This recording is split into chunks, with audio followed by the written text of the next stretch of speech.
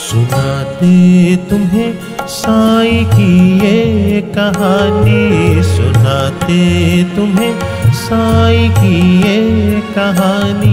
सुनो साईं वाणी, सुनो साईं वाणी, सुनो साईं वाणी।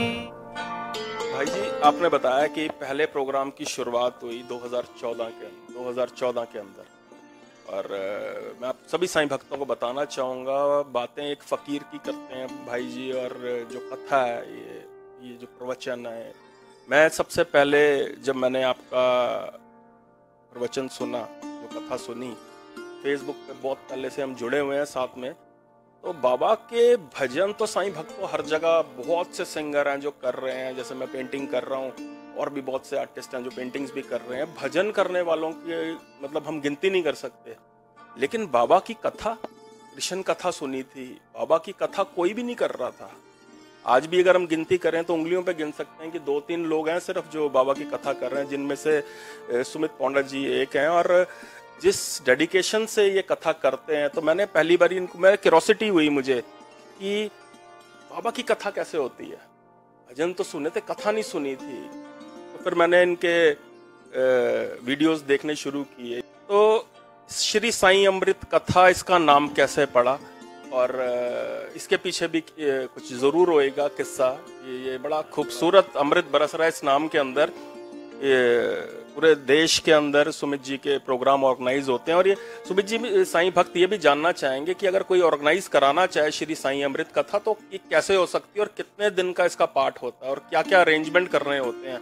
क्योंकि बहुत से लोगों की ये प्रश्न है, क्यूरोसिटी है, लोग जानना चाहते हैं कि क्या अवेलेबिलिटी होती है और क्या पर्टिकुलर डेट्स होती हैं जिन पे आप प्रोग्राम करते हो, या किसी भी डेट पे जो हो जाता है। ये पहले तो मैं जानना चाहूँगा, इसका नाम श्री साईं अमृत कथा कैसे पड़ा। क्योंकि मैं पब्लिक लाइफ से जुड़ा हुआ हूँ, एजुकेशन से जुड़ा हुआ हूँ, आज मुझे करीब 34-35 साल होने आ गए इस काम करते हुए जी। तो मेरे डीलिंग पब्लिक रिप्रेजेंटेटिव से बहुत होती है, प्रेस जर्नलिस्ट से, सबसे होती है। एक मेरे मित्र हैं, टिपिकल पत्रकार जिनको हम कहा जाए, वो थे पहले वो। तो जब हम लोग बातें करते तो हमारा बातों में जुड़ाव हुआ। फिर मैं उसको कहता हूँ, इन बातों को जहाँ बाबा की बातें होती है वो सत्संग होता है। अभी हम सत्य के बारे में बात कर रहे हैं, बाबा हमारे लिए सत्य है और हम संग मिल करके उनकी बातें कर रहे हैं, तो यह सत्संग हो गया, हमारा सत्संग हो गया।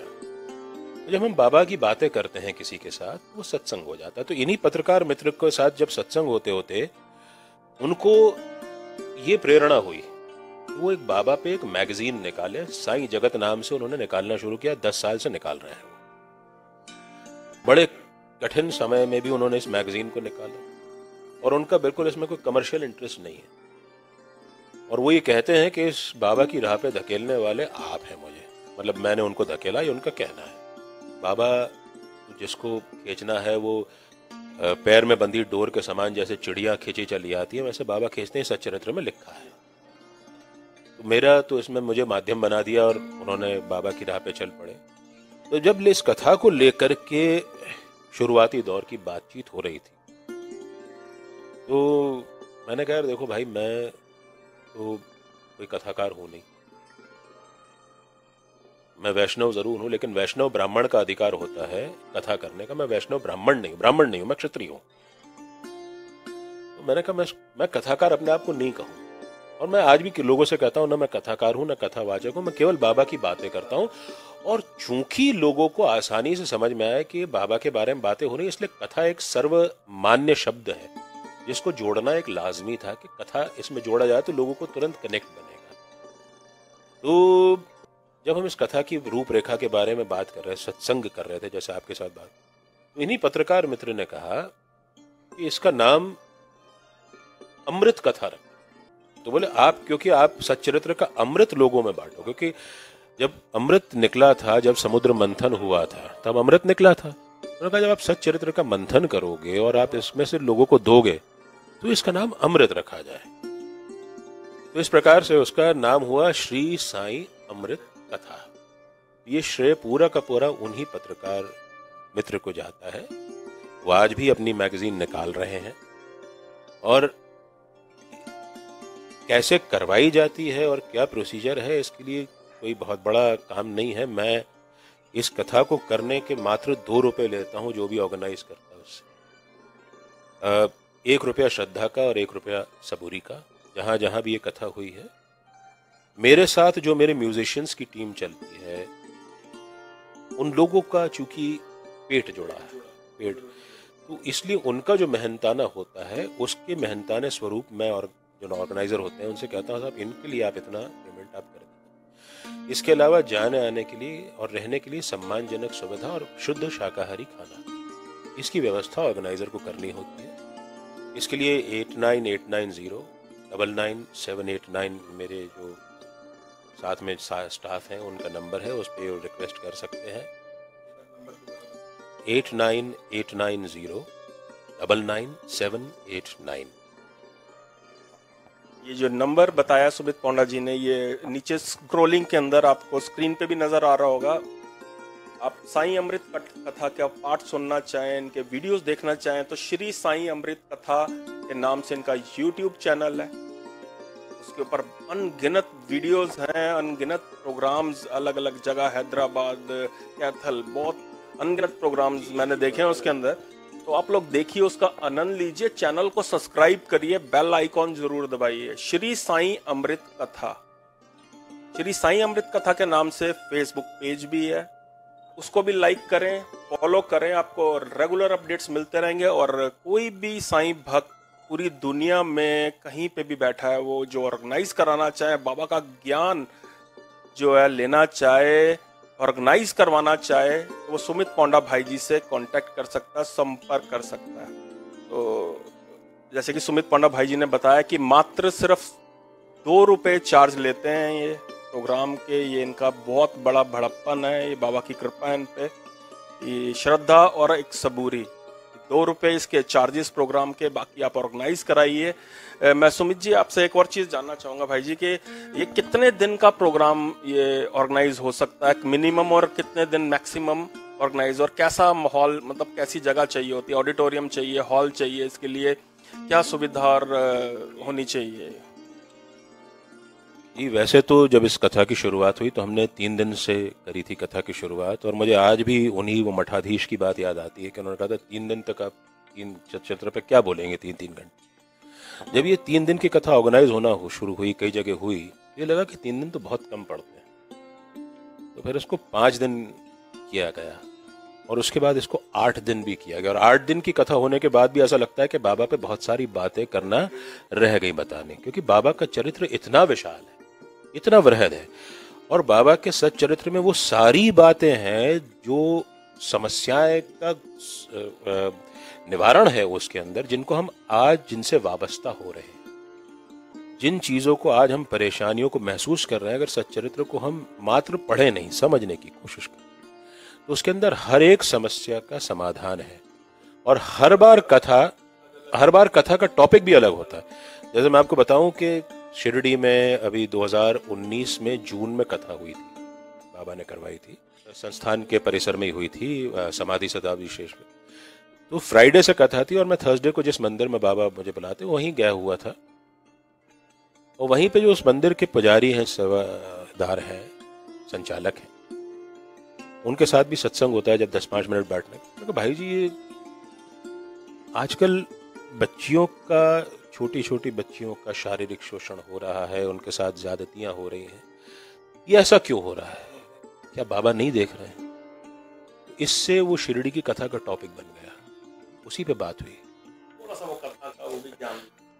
ये देखिए, सच्चरित्र में किस्सा आता है कि बाबा बैठे हुए हैं मस्जिद माई में ऊपर, नाना साहब चांदोरकर उनकी पैर दबा रहे की सेवा कर रहे हैं, और उनके साथ भक्त म्हालसापति बैठे हुए हैं। नीचे बीड़ गांव से 2 मुस्लिम महिलाएं आई हुई हैं जो नकाब पोश हैं, बुर्का पहना हुआ है जिन्होंने, तो वो संकोचवश ऊपर नहीं आ रही हैं बाबा के दर्शन करने की, और मर्द भी बैठे हैं वहां। तो बाबा ने म्हालसापति से उनको ऊपर लाने के लिए कहा। तो जब वो दोनों महिलाएं ऊपर आई तो बाबा के प्रति सजदा करने के लिए पहली महिला ने अपना नकाब ऊपर से उठाया, थोड़ी उम्र दराज थी। तो उसके बाद जो उनके साथ दूसरी महिला थी उसने अपना नकाब ऊपर उठाया। तो बहुत जवान थी और सुंदर थी, और उनकी सुंदरता देख करके नाना साहब चांदोरकर के मन में ये भाव उत्पन्न हुआ। ये सच्चरित्र में किस्सा है कि हाँ, नहीं नहीं नहीं नहीं, बड़ा बाबा ने बड़ा ब्यूटीफुली इस चीज को उन्होंने दिया है, उसका एक्सप्लेन किया है। तो नाना साहब चांदोरकर के मन में ये इच्छा हुई कि काश इसका नकाब थोड़ी देर और ऊपर रहे और मैं इसकी सुंदरता के दर्शन कर सकूं। तो बाबा ने नाना साहब के मनोभावों को पढ़ा और बाबा ने उनकी पैर पर एक थपकी मारी जब नाना साहब के मन में ये भाव चल रहा। तो नाना साहब की तंद्रा टूटी। जो मुस्लिम महिलाएं चली गई तो नाना साहब ग्लानिवश मुंडी नीचे किए बैठे थे। तो बाबा ने कहा, नाना तू व्यर्थ ग्लानि क्यों कर? तो तेरा मन उस महिला की सुंदरता को देख करके डोल गया, लेकिन तेरे मन में तनिक भी ये ख्याल नहीं आया कि जो महिला इतनी सुंदर है उसको जिसने निर्मित किया है वो परमात्मा कितना सुंदर होगा। यदि तू उसकी सुंदरता के प्रति आसक्ति रखे तो ये तेरे मन में ग्लानि का भाव कभी भी नहीं आएगा। तो इसी पे पूरी 3 दिन तक शिरडी में इसी बात पे चर्चा हुई। इसी एक छोटे से प्रश्न। 2019 की कथा कैथल में थी और कोई तय नहीं था कि क्या किस बात पे बात होनी है। जिस तारीख को कथा थी उसी दिन दोपहर को वहां कैथल के बड़े प्रेमी भक्त हैं, साईं भक्त बड़े प्रेमी भक्त हैं, और उनका भाव मतलब मैं बयान नहीं कर सकता उनका क्या भाव रहा। वहीं एक सज्जन के यहाँ दोपहर का खाना उन्होंने खाना बुलाया था, शाम से कथा थी। तो जो गृह स्वामी थे उनकी पत्नी ने प्रश्न किया कि भाई जी ऐसा क्यों होता है कि आजकल के बच्चों को, छोटे छोटे बच्चों को बहुत गुस्सा जल्दी आ जाता है। मुझे लगा बाबा ये कथा का टॉपिक दे।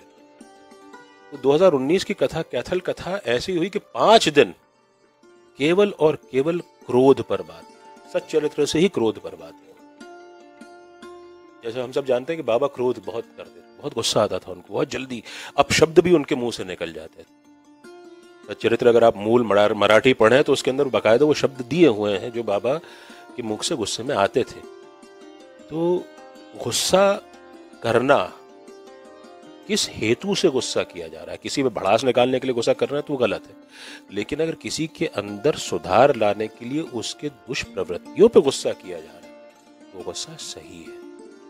तो ये एक अपने आप में बड़ा अद्भुत सच्चरित्र में ऐसे किस्से आते हैं, ढेरों किस्से हैं, और एक एक किस्से पे घंटों बात की जा सकती है। तो इस तरह से ये कथा का सिलसिला आगे बढ़ता है।